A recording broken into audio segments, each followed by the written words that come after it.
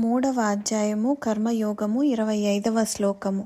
సక్తాః కర్మణ్య విద్వాంసో యథా కుర్వంతి భారత కుర్యాద్ విద్వాంస్తథా సక్తశ్చికీర్షుర్లోక సంగ్రహం. తాత్పర్యము.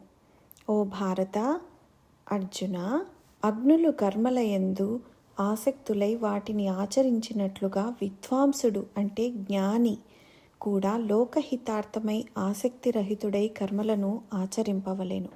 వివరణ.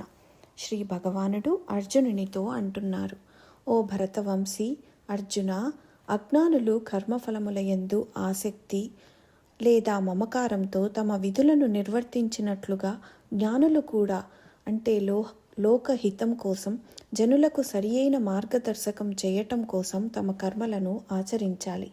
అజ్ఞానులు కర్మఫలములయందు ఆసక్తితో కర్మలను ఆచరిస్తారు. తమ మనసుకి నచ్చిన ఫలముల ప్రాప్తి కలుగుతుందని ఆశిస్తారు. సామాన్యులు ఏదైనా పనిని చేసే ముందు ఈ పని వల్ల నాకు ఏమి లాభమో అని ఆలోచిస్తారు. లాభము ఉంటేనే చేస్తాం, లాభం లేకపోతే చేయం అని అనుకుంటారు. భగవంతుడు అంటున్నారు, విద్వాంసులు కూడా పూర్తి శ్రద్ధతో ఆసక్తి లేకుండా తమ కర్తవ్యములను ఆచరించాలి. నేను కాబట్టి చేస్తున్నాను అని కాకుండా ఈ పని చేయుట నా కర్తవ్యము అనే భావనతో చెయ్యాలి.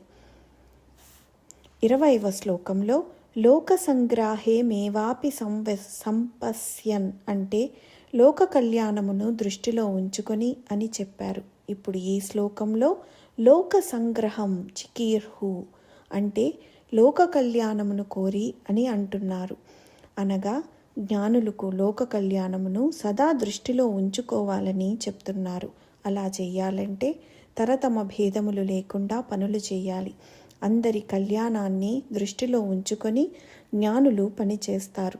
మహర్షి వాల్మీకి శ్రీమద్ రామాయణంలో ఇలా చెప్పారు, అయం నిజః పరో వేతి గణనా లఘుచేతసాం ఉదారచరితానంతు వసుదైవ కుటుంబకం. దీని అర్థం ఏమనగా, అతడు నా మనిషి, వాడు నా మనిషి కాదు, వేరొకళ్ళకు చెందిన వ్యక్తి అనే భావన సంకుచిత మనస్తత్వం గలవారికే ఉంటుంది. విశాల భావాలు గలవారు సమస్త ప్రపంచాన్ని తమ కుటుంబంగా భావిస్తారు అని అర్థం.